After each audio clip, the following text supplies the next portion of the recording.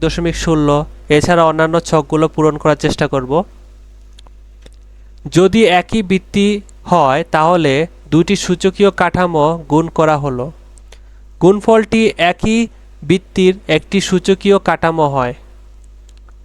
নতুন সূচকীয় কাঠামোর সূচক বা ঘাতটি হয় গুণ্য ও গুণকের সূচক বা ঘাতের যোগফল।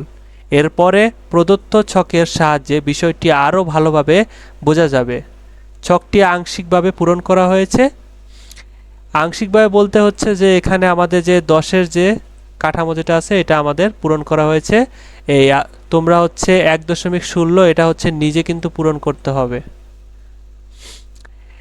প্রথম হচ্ছে আমাদের বেজ কোনটা। আমি এর প্রথম পর্বে কিন্তু দ্বিতীয় পর্বে বুঝিয়েছিলাম যে বেজ এবং ঘাত কোনটা। ধরো যে এখানে আছে 10, এটার উপরে হচ্ছে 2। আমার এখানে যে 10 যেটা আছে এটা হচ্ছে আমার বেজ, আর 2 হচ্ছে এটা হচ্ছে ঘাত। ঠিক আছে, আর এই বেজের সাথে কিন্তু পরবর্তী যে এখানে হচ্ছে আমার গুণ আকারে আছে, এই এ বেজের সাথে এ বেজ যদি মিলে যায়, যদি একই সংখ্যা যদি গুণ আকারে থাকে তাহলে আমি একটা নিতে পারবো। গুণ করার ধাপ সবাই একটু খেয়াল করো। এখানে 10 আছে, 10 উপরে 2 গুণ হচ্ছে 10-এর উপরে আছে 4, মানে 10 পাওয়ার 4। দুইটা যেহেতু গুণ আকারে আছে তার মানে এখান থেকে আমি 10 একটা নিতে পারি। নেওয়ার পর এখানে হচ্ছে আমাদের 2-এর সাথে 4-এর যোগ, মানে ঘাতের সাথে ঘাতের যোগ। এখানে ঘাত, এই ঘাতের সাথে এই ঘাতের যোগফল। 2-এর সাথে 4 যোগ করলে কত হবে? 10 পাওয়ার 6। ঠিক আছে, এর পরবর্তীতে দেখো এই বেজটা, এটাকে বলা হয় বেজ। 10 হচ্ছে একটা বেজ। এই 10-এর সাথে আবার এই বেজ 10 কিন্তু একই সংখ্যক, মানে একই সংখ্যার 10 10, 10-এর সাথে 10-এর গুণ। কিন্তু এটার ঘাত হচ্ছে 3, এটারও ঘাত হচ্ছে 3। তাহলে আমরা যে কোনো একটা, মানে যে কোনো একটা 10 নিতে পারবো। তাহলে আমরা একটা 10 নিলাম, নেওয়ার পরে 3-এর সাথে এটা হচ্ছে এখানে 6 দিয়ে দিছি, এটা হবে আমাদের,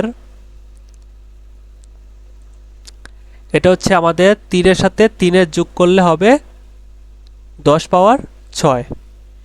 ঠিক একই রকম আমাদের এখানে দেখো, এখানে হচ্ছে 10-এর উপরে 4 আছে, এখানে 10-এর উপরে 1 আছে। আমরা একটা 10 নিলাম, নেওয়ার পরে 4-এর সাথে 1 যোগ করলে কত হয়? 10 পাওয়ার 5। তো এখানে যদি আমরা খেয়াল করি, এখানে হচ্ছে আমার এই জায়গাটা হচ্ছে অনেকটা মানে ভুল হয়েছে, এটা আমরা এখানে সংশোধন করার চেষ্টা করব। এখানে দেখো আমরা আমাদের রুলের কিন্তু শেষ অঙ্ক ছিল কিন্তু 5, আমরা 5 নিয়েছি। নেওয়ার পর এখানে 5-এর উপরে কত আছে? পাওয়ার 2। এখানে 5-এর উপরে পাওয়ার হচ্ছে 4। তো 2-এর সাথে যদি আমরা 4 যোগ করি, 2 6, 5-এর উপরে 6, মানে এটা গুণফল হচ্ছে 6 বার গুণ আকারে আছে। 5 হচ্ছে 6 বার গুণ আকারে আছে। ঠিক একই রকম হচ্ছে 5-এর উপর এখানে পাওয়ার হচ্ছে 1 এবং এটা 5-এর উপরে পাওয়ার হচ্ছে 4। তো 4-এর সাথে যদি 1 যোগ করি তাহলে হচ্ছে 5 পাওয়ার 5। এখানেও আমাদের একই নিয়মে 5-এর উপরে হচ্ছে 3, এবার এটা হচ্ছে 5-এর উপরে 1। যেহেতু একই সংখ্যা একই বেজের, তার মানে আমরা একটা 5 নিয়েছি বেজ হিসাবে। আর উপরে ঘাত যেহেতু 3 আছে, 3-এর সাথে আমরা 1 যোগ করলে কত হয়? 3 আর 1 যোগ করলে 4, মানে 4 বার 5 গুণা, মানে 5 4 বার গুণ আকারে আছে। তো ঠিক একই নিয়মে সবগুলা আমরা পূরণ করার চেষ্টা করব। এখানে সবগুলা পূরণ করে নিবা। একই বৃত্তি 2 বা ততোধিক সূচকীয় রাশি গুণফলটিকে ওই একই বৃত্তি আরেকটি সূচক আকারে প্রকাশ করা সম্ভব। গুণফলের সূচকটি হবে বা গুণাকারে থাকা ওই বৃত্তি সকল রাশি সূচকগুলোর যোগফল। এখন আমরা একটু নিচে খেয়াল করব, এখানে আরেকটি ছক আছে আমাদের। সূচকের গুণের নিয়মের সাহায্যে গুণফল নির্ণয় করো। গুণফল 0 অথবা 1 হলে বৃত্তিও 0 অথবা 1 থাকবে। এরূপ সূচকের মান সম্পর্কে যা শিখেছ সেই অনুযায়ী গুণফল লিখবে। এখানে আমাদের 7-এর উপরে 7 কিন্তু বেজ, এটাও কিন্তু 7, একই সংখ্যার কিন্তু দুইটা। তো যেহেতু আমাদের একই সংখ্যা আছে তার মানে আমরা নিতে পারি কত? এখান থেকে যদি সমান সমান নেই, এখানে হচ্ছে আমাদের 7 নিলাম। 7 নেওয়ার পর এটার ঘাত আছে কত? 4, আমরা 4 লিখলাম, যোগফল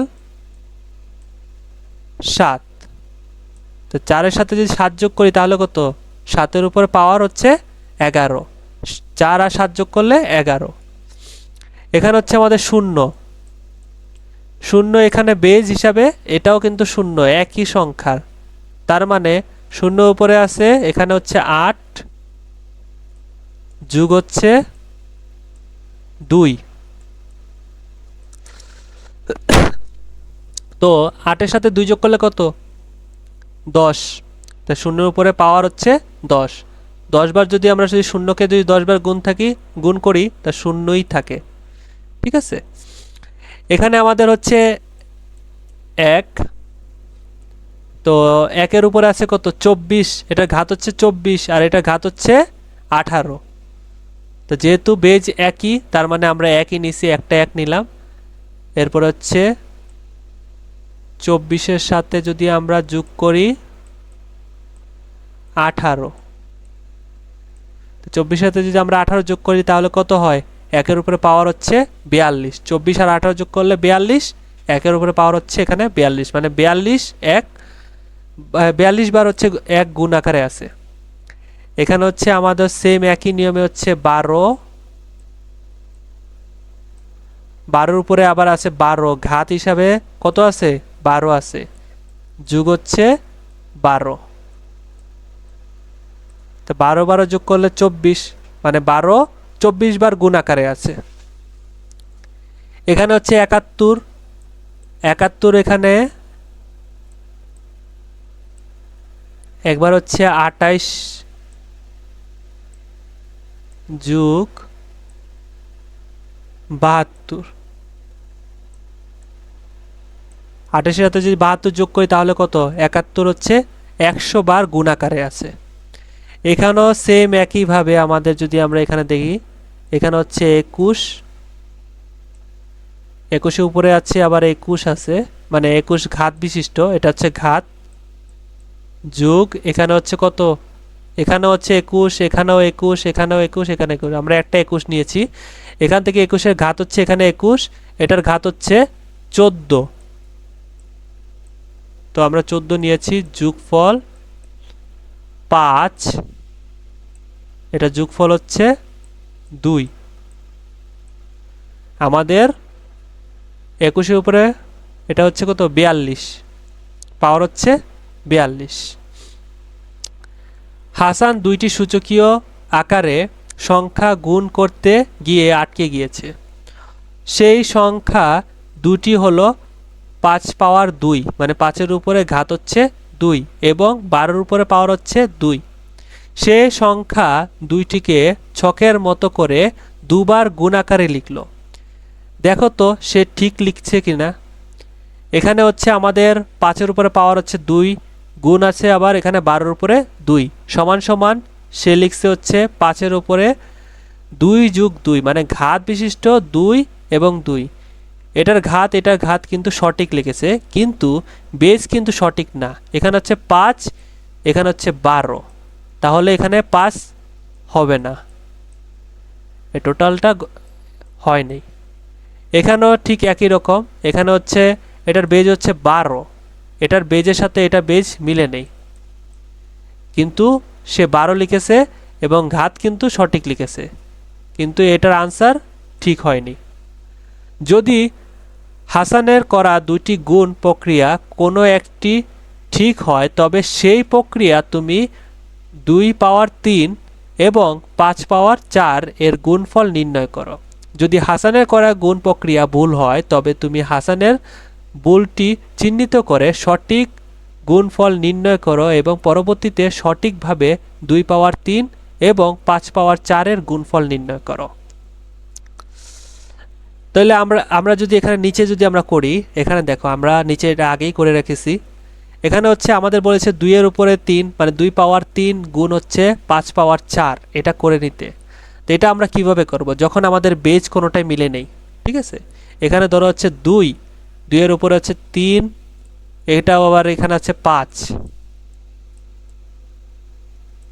এখানে হচ্ছে ধরো 1, একটা কথার কথা ধরলাম। তো এটারও কিন্তু বেজ একটা মিলে নেই, এটাও মিলে নেই। তো যদি না মিলে তাহলে আমরা কিভাবে করব? তো চলুন আমরা এটা করি। তো 2-এর উপরে 3 আছে, তো 2 হচ্ছে 3 বার গুণাকার আছে, 2 দুগুণে 4, 4 দুগুণে 8।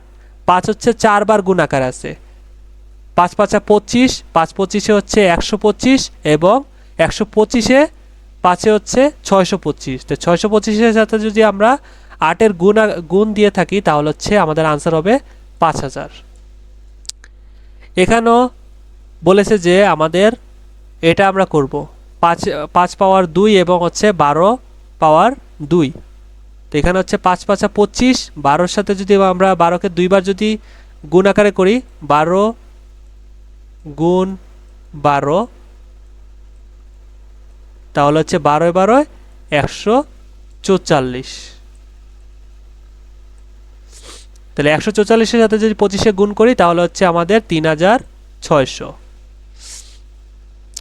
যদি কোনো দিন, আচ্ছা এটা আরেকটা আছে সূচকের ভাগের নিয়ম। এখানে হচ্ছে আরেকটা সূচকের ভাগের নিয়ম আরেকটা দেখাইছে এখানে। চলো আমরা পূর্বের সেই রাজার গল্পের ন্যায় ভাবার চেষ্টা করি, কিন্তু উল্টোভাবে। দুটি দলে ভাগ হয়ে এই গল্পের কাজটি চিন্তা করব। একটি দলের নাম হচ্ছে ক, আরেকটি দলের নাম হচ্ছে খ। তো ক দলের কাছে 2 পাওয়ার 10 অর্থাৎ 1024টি লজেন্স আছে, কিন্তু খ দলের কাছে কোনো লজেন্স নেই। এখন ক দল খ দলকে লজেন্স দেবে, কিন্তু সেখানে একটি নিয়ম আছে। নিয়মটি হলো ক দল খ দলকে প্রতিদিন আগের দিনের অর্ধেক লজেন্স দেবে। ধরো যদি সে আজকে দিয়েছে 10টি, তো কালকে দিবে এর অর্ধেক। তার মানে হচ্ছে যদি আমি 10 যদি নেই, আজকে দিয়েছে 10টি, কালকে যদি দিবে হচ্ছে এর অর্ধেক। তার মানে হচ্ছে 5 দুগুণে কত? 10। সে আগামীকাল দিবে হচ্ছে 5টি।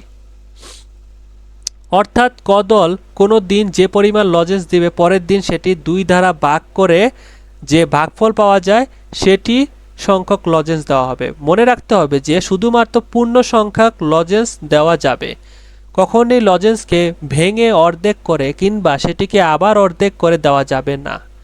এভাবে যতদিন লজেন্স দেওয়া সম্ভব ততদিন চলতে থাকবে। ধরো প্রথম দিনের ক দল ও খ দলকে 2 পাওয়ার 5 সংখ্যক লজেন্স দিয়েছে। 2 পাওয়ার 5 হবে কত? 2 দুগুণে 4, 4 দুগুণে 8, 8 দুগুণে 16, 16 দুগুণে 32, মানে 32টা লজেন্স দিয়েছে। তাহলে পরের দিন কতটি দেবে কিংবা তার পরের দিন কতটি দিবে সেই তথ্য বের করার জন্য এবার ছক পূরণ করো।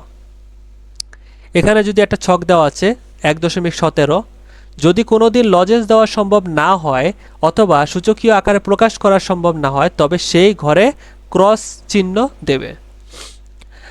তো এখানে হচ্ছে আমাদের প্রদত্ত সংখ্যা সূচকীয় রাশি। এখানে হচ্ছে আমাদের 2 আছে, 5 বার বলেছিল যে আমাদের 2 পাওয়ার 5 সংখ্যক লজেন্স দিয়েছে। তাহলে 2 আছে কয়টা? এখানে 1টা, 2টা, 3টা, 4টা, 5টা, তাহলে হচ্ছে 32টা লজেন্স। তো এখানে কিন্তু টোটাল হচ্ছে 32টা লজেন্স আছে। পরের দিন বলেছিল তার অর্ধেক, তার মানে এখানে আমাদের এই যে এখানে 2 আছে, এখানে এই 2 এর সাথে আমরা এই 2 কেটে ফেলি, তাহলে হচ্ছে আমাদের লজেন্স কয়টা থাকে? 1টা, 2টা, 3টা, 4টা, মানে 2 দুগুণে 4, 4 দুগুণে 8, 8 দুগুণে 16টা। আর এখানে হচ্ছে আমাদের 2 পাওয়ার 4। এখানেও সেম একইভাবে আমাদের এখানে হচ্ছে আমাদের 4টা মানে 4টা 2 আছিল, এই 2 এর সাথে একটা 2 যদি কেটে ফেলি তাহলে আমাদের 2 হচ্ছে 3টা, তাহলে আমাদের আনসার কত? 2 দুগুণে 4, 4 দুগুণে 8, মানে এখন হচ্ছে 8টা লজেন্স দিতেছে তৃতীয় দিন এসে। চতুর্থ দিন এসে এখানে হচ্ছে লজেন্স হচ্ছে 3টা ছিল, এখানে আরেকটা 2 কেটে হলো, তো 2 দুগুণে কত? 4টা। এর পরের দিন হচ্ছে আরেকটা 2 কেটে দিয়েছে পঞ্চম দিনে, তাহলে এখন লজেন্স পাচ্ছে হচ্ছে 2টা। এর পরের দিন যদি আবার 2 2 কেটে ফেলে এখন লজেন্স পাবে সে 1টা। এর পরের দিন যদি লজেন্স, এটা হচ্ছে মানে পূর্ণ সংখ্যা চলে গেছে, এটা হবে ঋণাত্মক সংখ্যা, এটা হবে 0। ঠিক আছে? তো আজকের পর্বটি এই পর্যন্ত। আগামী পর্বে আমরা এখান থেকে শুরু করব।